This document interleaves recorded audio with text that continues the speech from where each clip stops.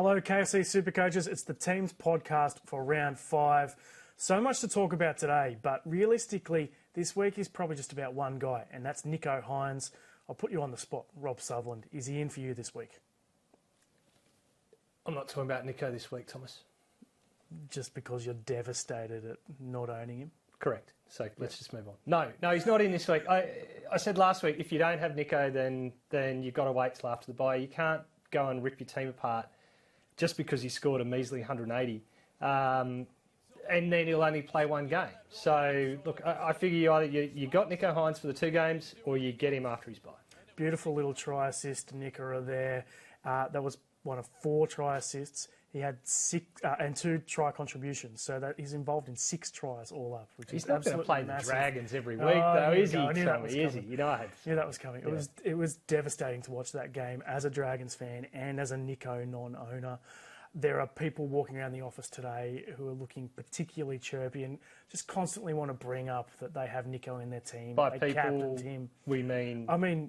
Dave Campbell. Yeah. The Justin Timberlake lookalike was... I just could not handle him this week.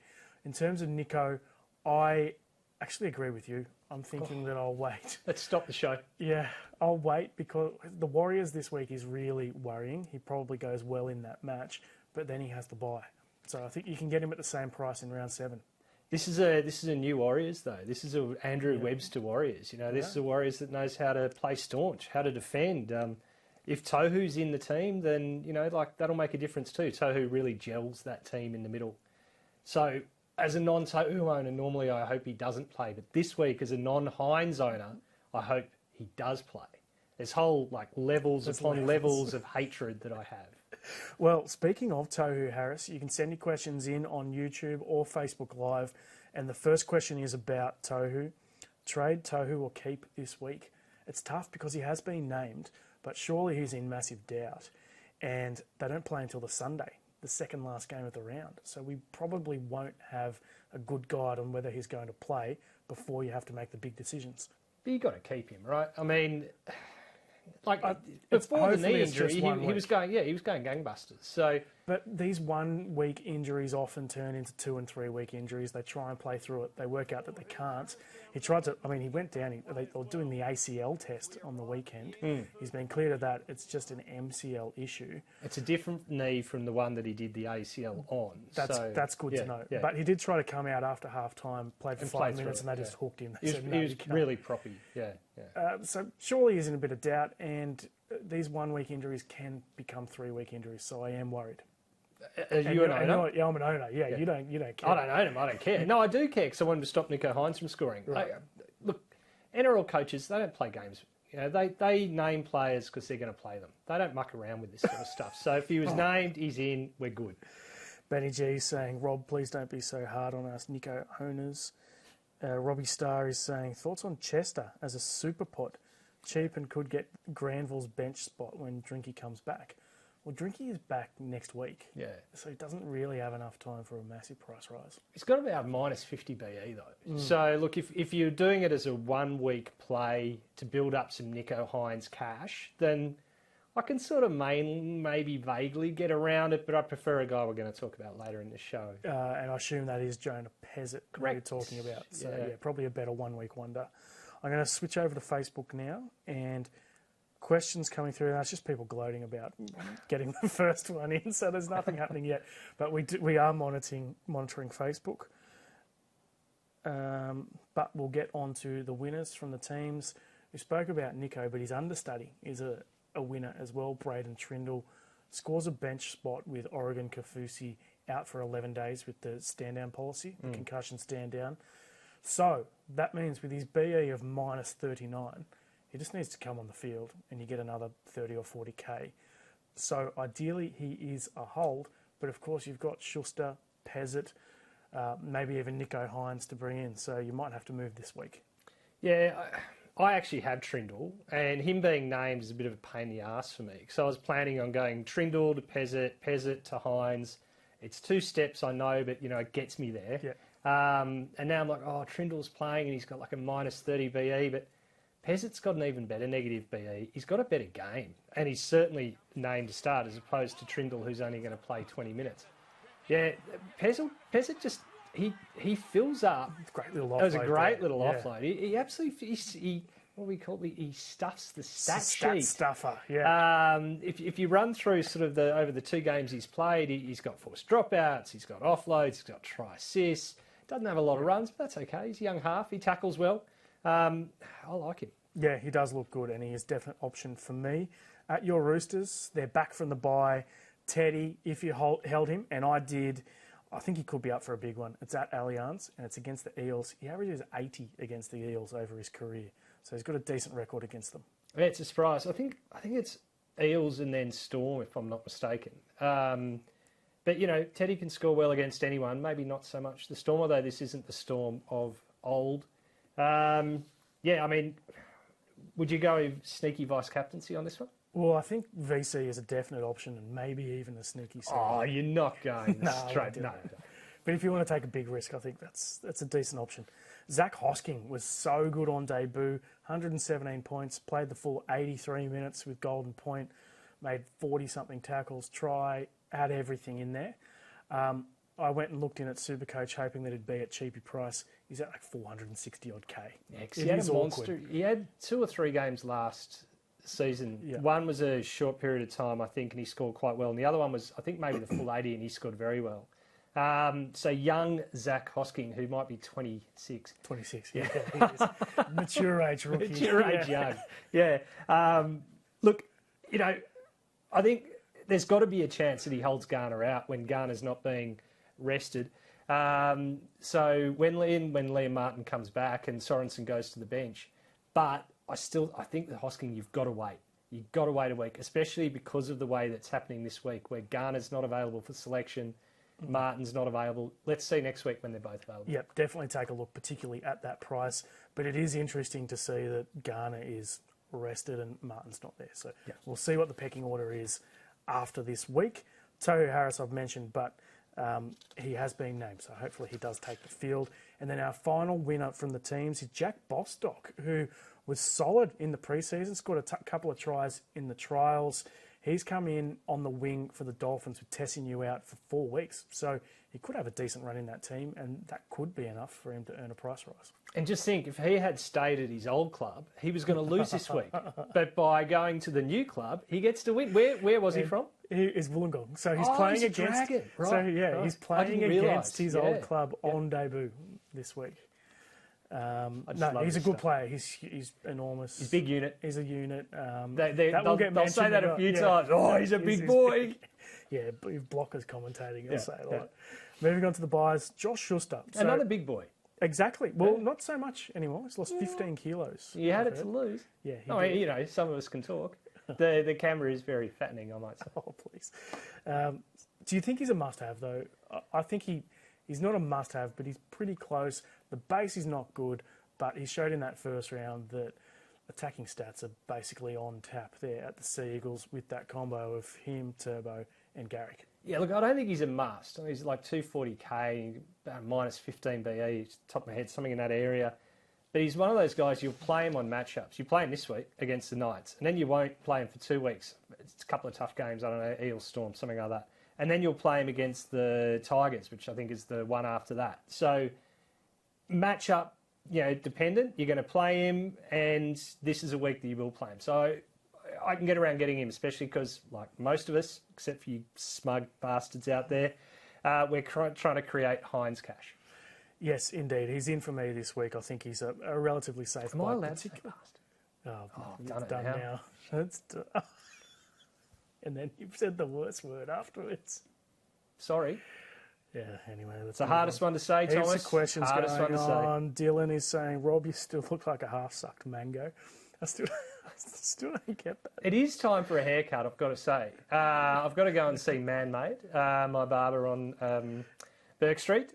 Sam, he's fantastic. He always sort of cleans it up. Yeah. But there's only so much you can polish a proverbial. It's fitting that you say that because Troy is saying that you look like the definition of stress leave.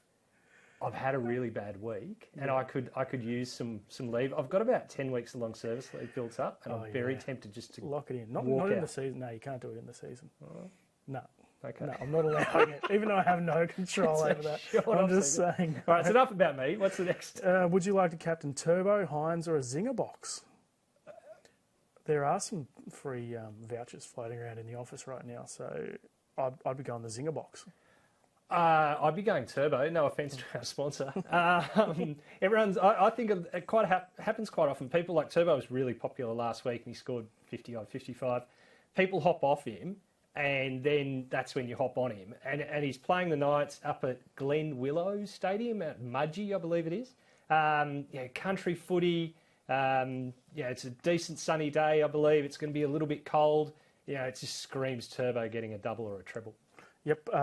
Over onto YouTube now, and Robbie Starr says, Saints looks like Kermit the Frog's personal trainer. And Rob looks like Mrs. Piggy's personal trainer. People are just getting mean today. That's okay. Yeah, thick skin. We'll cop Speaking that. of thick skin... and Benny G says... I Rob, was going to talk about ripping the callus off my hand. That was a good one. It was a segue. You can talk about it. Nah, I lost now. want to lift you up by saying, Rob, please don't leave us. But I want to hear about the callus. Thanks, Mum. No, I've taken up climbing, Tommy, like bouldering. And I built up these calluses on my hand. And there's a guy who's got a desk job. I was pretty proud of them. In fact, I was insufferably proud of them. It just drove my wife insane. She's like, because she's a farming girl, right? So she's used to hard work and I'm not used to it. I was like, look at my calluses. She's like, everyone in my family has that. Anyway, they also all look the same, very small gene pool. Anyway, so I'm back at the climbing and I made this move and I ripped the callus right off my hand. Oh, I didn't know you could do that, but you can. Oh, brutal. Huge. Look, I'm impressed that a man at your age is taking up bouldering. See, this is why I get at work. I tell a story at your age and your weight can take up bouldering. It's kind. Let's get back to SuperCoach and Jackson Ford. I reckon he's arguably the best cheapie this week. You said that last week. Yeah. And I kind of poo-pooed you. Yeah, but I only got convinced by it from Trent Copeland on the Game Day podcast. I was barely thinking of him before that. But I think Ford is probably better than Schuster. Doesn't have the dual position, but it looks like he's locked in for 80 minutes, and he's averaging 65 in those games where he's played 80 minutes. Obviously, the price rise hasn't come yet because he got knocked out and lasted 2 minutes in round 2. Yeah, so the question I got a bit in today's Q&A was, do you go Ford or Preston? And I actually think I've got Ford just in front of Preston. I think the job security is a little better. He's a little older. He knows, what the game's about. I don't think he'll run into that sort of getting tired, after 80-minute games. I think Preston's probably going to hit a problem soon enough. So, yeah, I think Ford's a great get. Yeah, I mean, Ford's a fair bit cheaper than Preston at this stage too, so I'd definitely be taking Ford. Payne Haas, I own him. I'm pretty happy. He's joint leader of the Dally M's as well. 10 points more than any other prop in the game. So he's looking pretty good, even though he hasn't got that many attacking stats. Yeah, look, I'm upgrading Cotter this week, with the injury. And so I looked at Haas and I looked at Tarpanay. And even though I think Tarpanay is really growing into the season and, due a big one, you can't ignore Haas's scores. I think Haas has one score in the 60s, a couple of 70s and a 90, whereas Tarpanay is, I think, a 50 and 360s. Well, you just got to go the bloke whose bottom score is as good as the other bloke's top score. So, yeah, Haas comes into my team. Jonah Pezzett, we have mentioned him, but I do really like him. He looks like a really good player. He's predicted to score 40 this week, which I think is unders. This by SuperCoach Plus, which would lead to a 105k price rise. So you're looking at something pretty good. And then if he jags a bench spot for the next week, you could be looking at another 40 or so just by taking the field. Then you've made 150k in 2 weeks. Bang, he goes to Nicho Hynes. Yeah, and you've got to think the bench spot is some sort of sneaky chance. I mean, they've been hiding Tyron Wishart there, and that Pezzett does bring you, that little bit of spurt in attack. So yeah, I'm going Pezzett. I'm giving it a chance. Reece Walsh, he was the flavour of the week last week. Yeah. Would you be getting on now? Now there's 100k more. His draw's really good. Yeah. People say, do I get Walsh or Teddy? He's back and. You can't ignore Walsh's draw. It's really good, but that price is right up there now, and he's being so efficient. He's not a huge worker.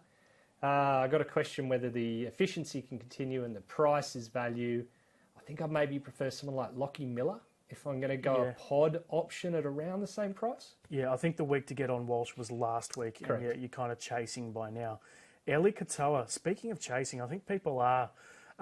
you needed to get on 2 weeks ago with Eli Katoa. He's looking good. It could be a lot better for him because he's made a lot of drop balls and stuffed up a bunch of try assists and things like that. But he's doing well. He's made 165K so far. I can't get around why you'd be paying that massive money for Katoa. It's basically a keeper price. And the BE is at 14. So you're not going to see huge rises. 2 reasons, Tommy. One, his base is 50. Now, when he, at the start of the season, a great mind, mine, had him at a base of around 40, and he's doing 10 points better. That's keeper base in the second row. On top of that, like he's got the 4th most points of the position, and he's the 24th most expensive second row now. I think there's still value in getting him. Not as much value as people like you got. Well, yeah. And I'm not going there because, I just don't have... I've got mids that are still performing, but I could see. Yeah, look, I think there are better buys, but I do own him, and I'm very happy. A cheapie that's probably snuck under the radar a bit is Isaac for Asamoah, who's the brother of Tino. Tino reckons that his brother is a better player than him and always has been. How many brothers say And he's been pretty solid. I mean, the stats are okay. You've got 33 points in 36 minutes, so you're not going to see huge rises. But if you don't have the right jewels to bring in someone like Schuster or Pezzett, then I think he could be the guy to bring in for Tohu or Ruben Cotter. At the front row. He's front row only. Oh, if you're looking at cheap, yeah, I suppose. I'm seeing him more as maybe a way of getting out of like a Pele, right? That's the value for me, maybe. Yep. I do prefer the next guy on the list. I mean, he's on a buy, so I'm not too worried about Isaac. I think we can sort of really worry about him next week. Yep. But Matt Croker, he's really impressed me. Great work rate. He's got a little bit of zing to him. He's got a little bit of spice to the way he plays the game, which is exactly what you want from a prop. What's his name? Safidi? No, I'm just having a mental blank. Guy used to work for us, now up at the Newcastle Herald. Barry Toohey on Twitter was describing Matt Croker as one of the best young props in the game, and Barry Toohey knows rugby league. So that's good enough for you. It's good enough for me. So the minutes are good, 48 and 43 minutes the last 2 weeks. I think they have been inflated. You had the Safidi injury and yes, minutes have been all over the place at the Knights. But, yeah, he's got a little bit of attack in him and the work rate is sensational. So, yeah, I do have him ahead of Isaac for Asamoah for now, and he's not very popular. Definite pod. He's not cheap. Like, he's about 330. He's right on that line. Yeah. And then Connolly Lemuelu. So, big news this week. We've revealed the players who will be getting dual positions added from next round. So on Monday, when lockout opens, there's a bunch of players that will have dual position added. And the biggest winner is probably Lemuelu, who is only CTW at the moment, but he will have 2RF added come Monday. Is he an option? If he had 2RF added this week, I'd probably be getting him. Yeah. I still have, we talked about it. I still have my worry, which is that Kaufusi being out suspended is elevating his minutes. But the ultimate Finsider, NRL physio, said that he thinks there's a chance that Lemuelu goes to the bench and then comes on the 20-minute mark and potentially plays through. I love that the physio's gone from being a go-to guy for injuries, and now he's just a go-to guy for Dolphins team news. He's got the inside scoop on what's inside Wayne Bennett's head. He's got a better idea than I do. Queenslanders, they're all a bit weird. Maybe they understand each other a bit better. I don't know. In that first game, he still played 50-odd minutes He off did. the edge. He did, yeah. But it might have been injury. Yeah. I think he got some more sort of an attacking boost than you'd expect. His base was down where you'd expect on 50 minutes. He's good. I don't know. I still think he's got 3 more good weeks of averaging 60s. So 60s could be pretty handy. Onto the holds. I've got Cameron Murray as a hold. He's not setting the world on fire, but he's not disgracing himself. This is a try assist from round 1 to Lachlan Ilias. Look, I can see why people are doing anything to get Nico Heinz in your team, but do you really want to sell Cameron Murray? No, I don't want to sell Cameron Murray, but I am selling Cameron Murray because I need to make the money to get Nico Heinz. It's and the reason that of the top 10 trades this week, 9 of them are to get Nico Heinz, and the top one is Cameron Murray, and I'm 95% certain it's people selling Murray, moving Schuster from 5'8" up to second row, moving Katoa from halfback to 5'8" and buying Nico Heinz. Yep. Yeah, look, I mean, it makes somewhat of sense, but for me, Cameron Murray is a hold for a significant amount of time. He is. Isaiah Katoa is interesting. So he's got good job security now with the injury to O'Sullivan, who's out until round 17, long-term injury. So you've got him and Milford in the halves at the Dolphins. The BE is 6, so he does have more price rises to come. But equally, you want to get Schuster and Pezzett in this week, so I can get around why people would sell. Yeah, I suppose it's to do that. But that or they're selling to get Hynes. But it's a surprising move because his dual position's handy as well. Big news coming through yesterday about Khan Pereira, who's absolutely killing it. 5 tries in 4 games. The BE is minus 70. But that great attack has probably hidden the biggest issue with Khan Pereira, and that's that he's made 10 errors in 4 games. Well, he's young and he's slight. And, he was always going to make mistakes. It's hard enough for veteran wingers, but now they've got a veteran winger, don't they? Yeah, well, and the coaches refused to guarantee his spot. There's talk he could get axed for next week with Ken Mamalo having joined the club. Titans keep losing. The coach could get axed before. Yes. They've got the bye this week, so we probably don't have to worry about it now. And it would take a brave Supercoach to sell him with a minus 70 BE, that's for sure. Yeah. But it's something to keep up your sleeve, or something to keep at the front of your mind, that Khan Pereira may not be in the team come his next game. Sells, I've got Adam Dewey and Tanner Boyd as definite sells. Dewey's carrying that foot injury, and he was okay on the weekend at fullback for his first game at fullback for the year.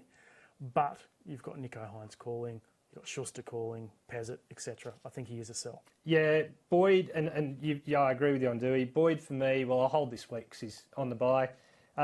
Who's that young kid at the Eels? Brendan Hands? Yeah, who's outside the top 30 at the moment. So the Eels have to seek dispensation every time they pick him. If he gets into the top 30, then it's Boyd to him for me in a heartbeat. He was very good. Yes, he was. Scored a try. Sammy is asking, Hynes and Cleary pair. Is that a good option? Yeah, yes. I mean, that's the go. That's what everyone's aiming for. That's what we're all aiming for, yeah. And also on Facebook, not much coming through on Facebook. Thoughts on trading Isaac Thompson to Jackson Paulo this week? Paulo's got a really good BE. Yeah.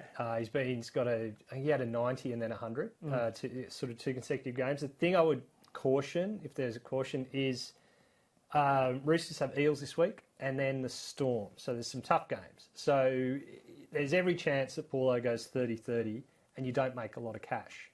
The player I'm looking at getting next week, I think is just going to be cherry ripe, is Alex Johnston. He hasn't done a lot. His price is falling and the Rabbitohs draw is just about to get better than it was, which was a horrible start. So I'm not against Paulo, but I would worry about that he's going to make you much more cash. Yep, we're getting questions about Jacob Kiraz. When will I stop being punished for my insolence on Jacob Kiraz?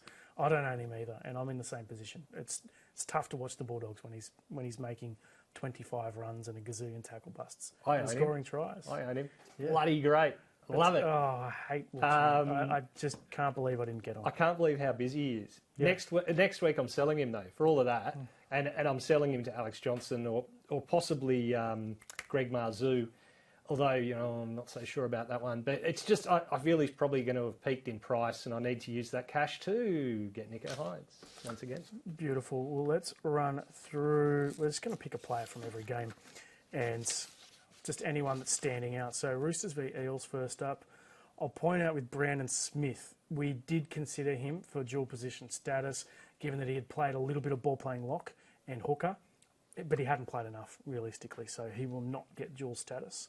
Who's standing out for you at the Roosters? Corey Allen, please. Yep. Robbo. On the bench. Don't do that. Don't.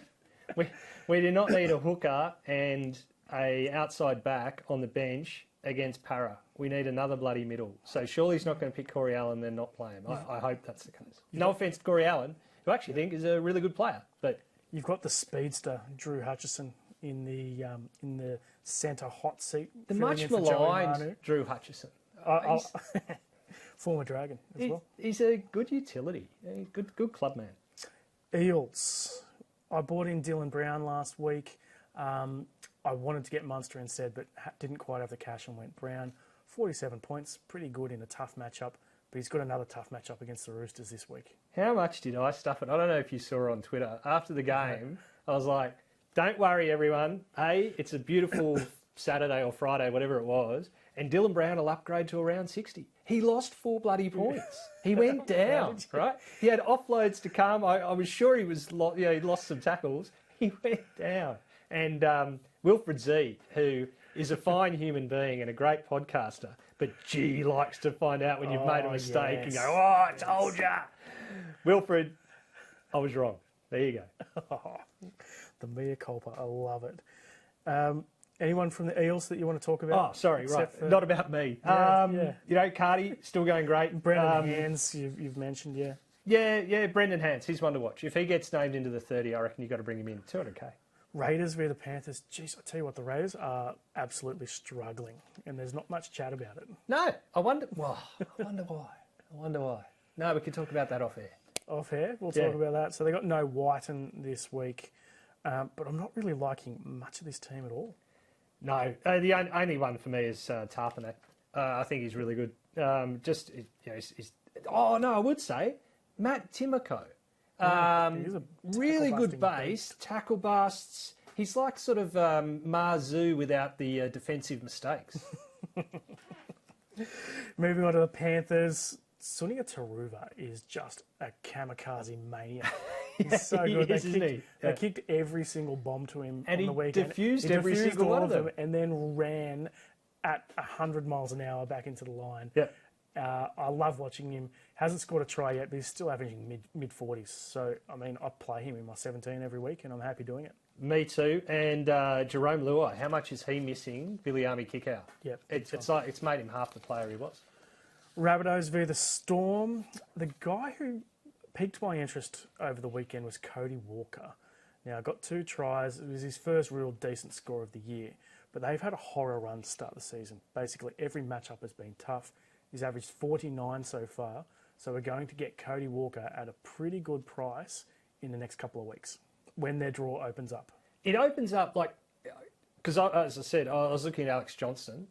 He's a player I'm keen to get. I think he's coming down to about at his price, as they would say, in the horse racing market. But it doesn't open up like it becomes super juicy. It's not quite as ridiculously hard.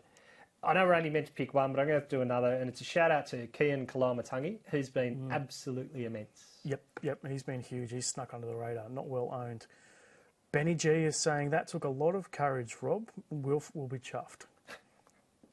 So, yeah, you're getting some good reports today. Oh. Munster or Brown? Well, if you've got the money, Munster. But I still think Brown's a long-term play, right? In that any Eel who doesn't play Origin is a great get because they're going to play. I think they cover every bye. They're the only team that covers every bye if they don't play Origin. So, yeah, Brown was a long-term play, but Munster is 100k more and probably worth it in some regards. Moving on to the Storm, the guy who we need to talk about is William Warbrick, who was could barely get a point for 3 weeks and then comes out and scores 88 on the weekend, just when a lot of people left him out of their 17. Yeah, I did. Yes, so did I. Wasn't just a try, though. It was like 21 runs or something. It was like, Bellamy said to him, hey, get up and move. Yeah. But it was also the gameplay. Like the week before the one against the Titans when it was 400 degrees, it was hard for any of the Storm players to get that go forward. They looked a different team last week, I've got to say. Sea Eagles. The week before that. Anyway. Sea Eagles v the Knights. Ruben Garrick, you own, I know. Yes. I know because I'm jealous and I'm trying to work out how to get him into my team this week. What did he get on the weekend? 80-odd, I think, with no attacking stats. He didn't do much. Yeah. No tries. It's just insane what he can produce. Strange game, wasn't it? And that Tommy Turbo had like 23 runs and scored 54 points. Yeah. I mean, how often are you going to see that?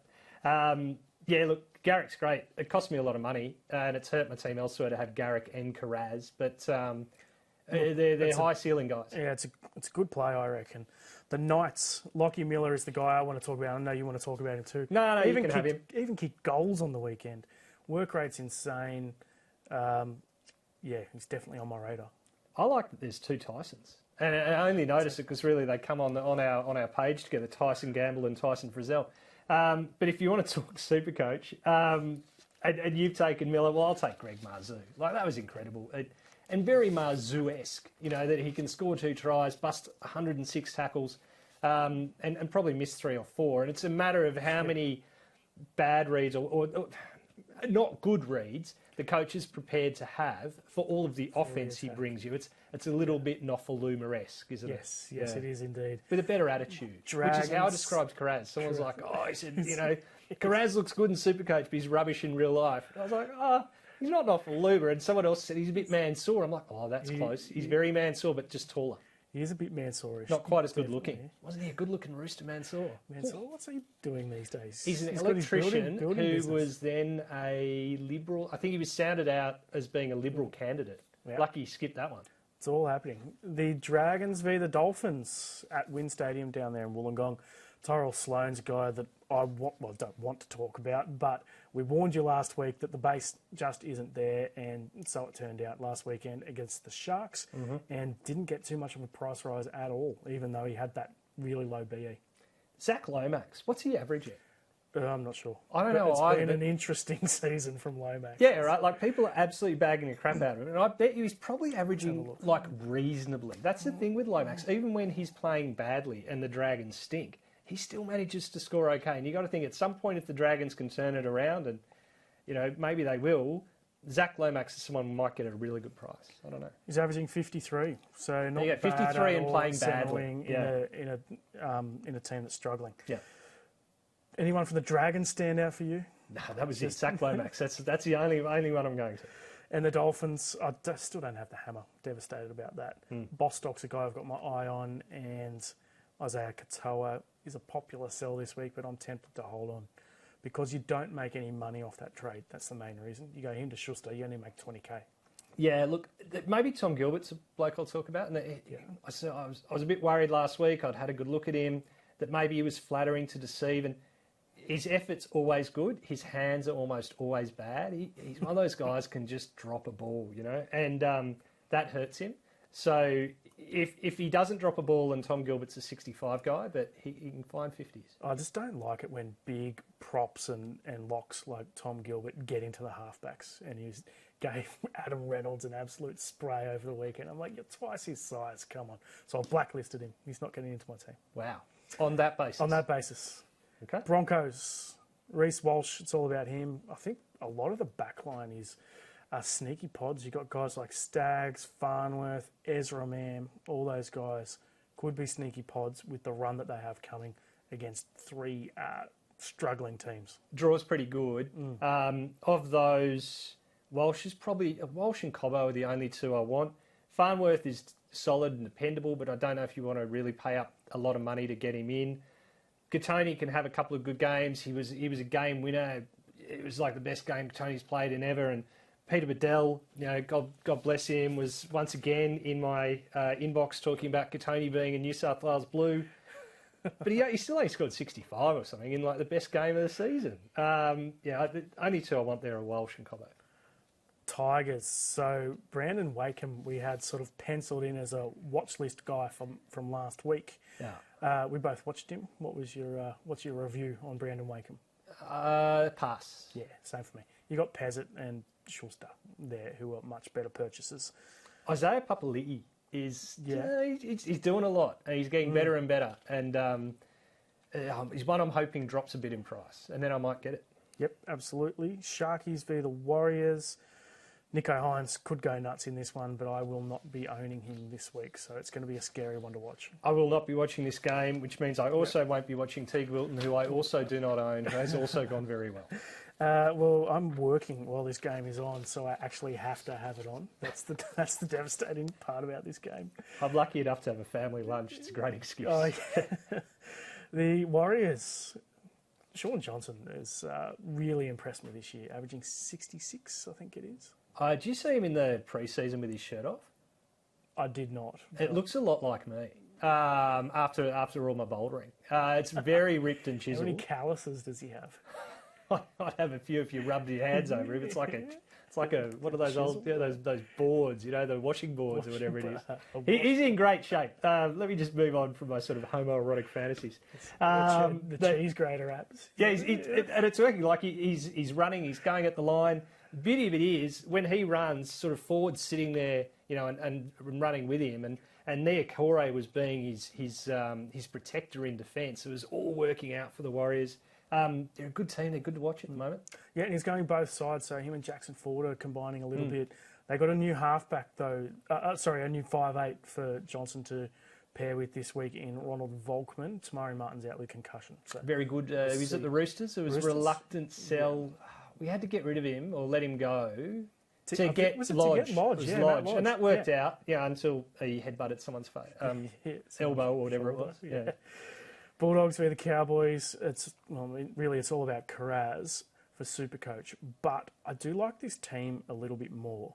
Flanagan's coming under a lot of pressure for not running the ball at all, and Burton, on the other hand, is just running the ball and not passing. So good to see Josh Reynolds in that team just to offer a little bit of a point of difference. Yeah, I see him being less of a half and more of that Dylan Walker, third playmaker, utility. There's lots to like this team. Max King's going great. He's proof that if you look after yourself off the field and don't use your energy in non-Supercoach productive scoring opportunities, then you can go very well at Supercoach. You know what I'm talking about, Thomas. Don't pretend you don't. I don't. You do. I genuinely don't. You'll have to explain to me after the show. Readers out there, or listeners, they know. Interested to know how far down the pecking order is Carl Oluwapu.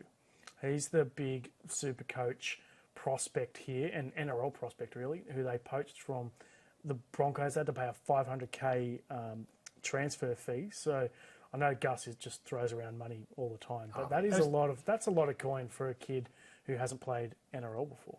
It's just a few presses of the pokies for the Laundy family. They've got that cash, don't you worry. That's $500K. It's nothing. It's a rounding error compared to what they pull out of people's pockets. Yeah. They've got a pretty good sort of extended bench. Braden Burns not doing much. People bang on about the Roosters sombrero. Gus Gould must be an accounting genius. Moving on to the Cowboys. I'm in trouble. This could be my last show. That could be bad. Bring it on. Cowboys. So a bit of an injury crisis there. There's no Drinkwater. A couple of forwards are out. But Val Holmes is the one who's starting to go okay. He's going all right. I don't have him as a sell because his BE's only about 65. He's not doing a lot and he's still scoring 60s. He's doing enough just to stay in my team, basically, but not enough to be great. Helam Lukey's one I'd watch. I think he's a really good player. And he could be really good. I'm just hoping he comes down a bit in price before we jump on him. Right, well, that's the Teams podcast for round 5. Big thanks to Rob. Hopefully you're on the Game Day podcast. Well, we'll see. Thursday. May not even be allowed in the building at this rate. At 11 a.m. That'll be with both of us and Tim Williams from the SC Playbook. We'll catch you then.